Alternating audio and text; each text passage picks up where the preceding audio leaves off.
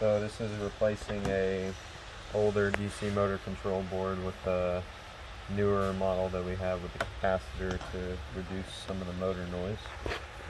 So first you're going to need a Phillips head screwdriver to loosen the mounting bolts on the board.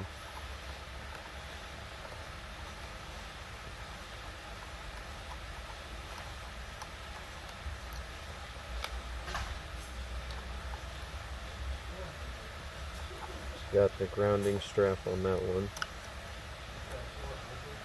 So after those two bolts you should be able to just slide the board out. Now you want to start removing the connections.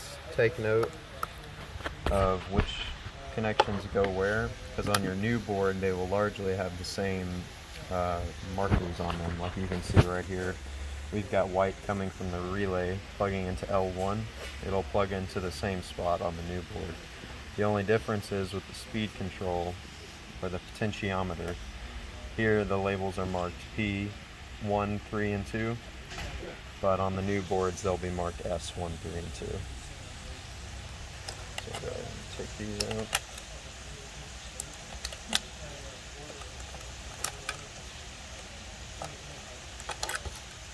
And that's old board. So we've got new board.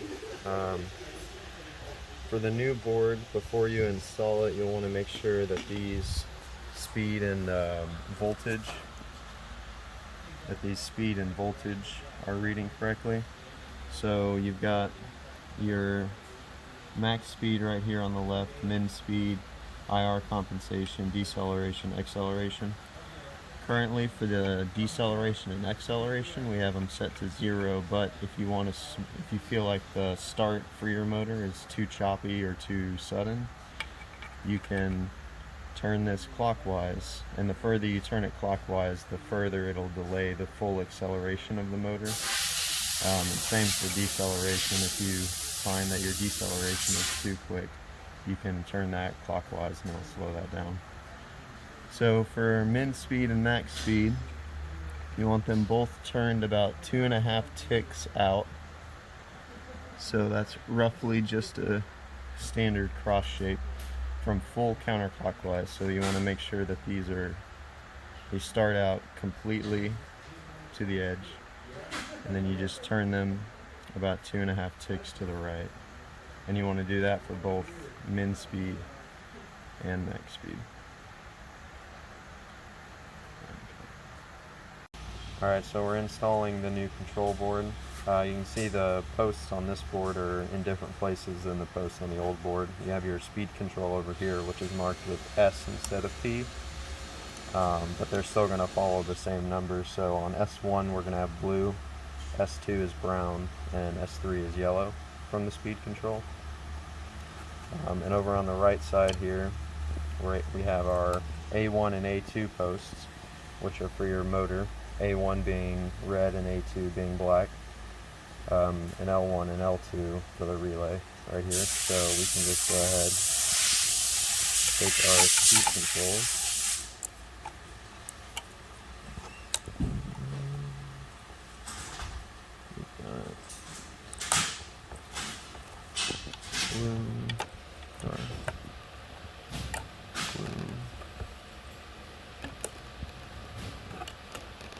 brown,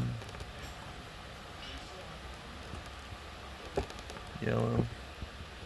Make sure these wires aren't on top of the capacitor. They kind of want to be together.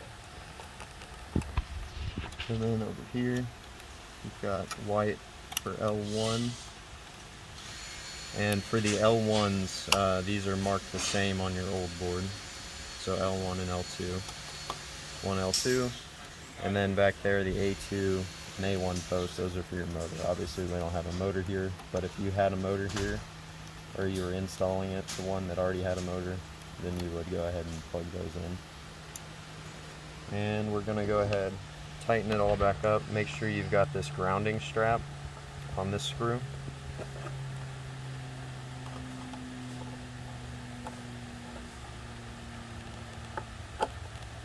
Tighten that one, and get your other screw from before.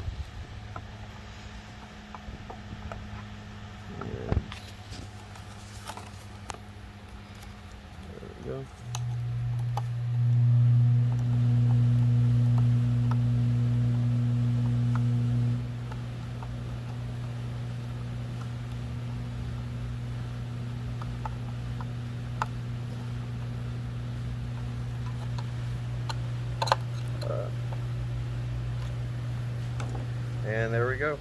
And